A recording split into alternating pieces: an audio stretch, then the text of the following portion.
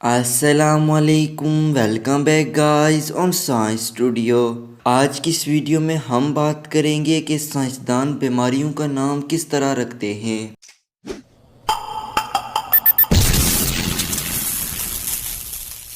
اگر تاریخ دیکھی جائے تو پتہ چلتا ہے کہ ماضی میں بہت سارے پینڈیمکس آئے ہیں۔ 2009 میں ایک بیماری نے دنیا میں تباہی مچا دی۔ اس سے کئی لاکھ افراد متاثر ہوئے۔ اس کا نام H1N1 وائرس تھا۔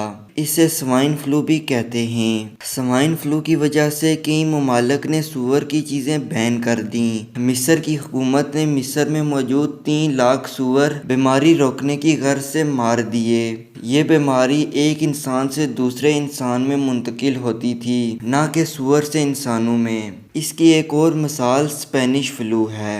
اس کے نام کی وجہ سے پوری دنیا کے لوگ اسپینش لوگوں کو خطرہ سمجھنے لگے تھے اور ان سے کنارہ کشی شروع کر دی تھی۔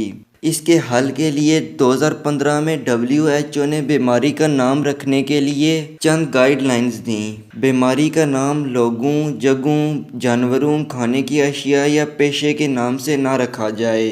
بیماری کے نام میں ایسی ٹرمز نہ استعمال کی جائیں جن سے خوف محسوس ہو، مثلاً ان ناؤن یا فیٹل ورڈز شامل ہیں، بلکہ بیماری کا نام اس کی علامت، شدت، موسم کی مطابقت یا اس کو پیدا کرنے والی چیز کے نام پر رکھا جائے۔ اس کی مثال کووڈ-19 ہے۔ کووڈ-19 کورونا وائرس ڈیزیز 2019 کی شارٹ فارم ہے، یعنی کرونا کی طرح کے وائرس نے یہ بیماری پیدا کی ہے اور یہ وائرس 2019 میں ظاہر ہوا۔ اگر آپ کو آج کی ویڈیو پسند آئی ہے تو ویڈیو کو لائک ضرور کریں۔ ملتا ہوں اگلی ویڈیو میں، تب تک خدا حافظ۔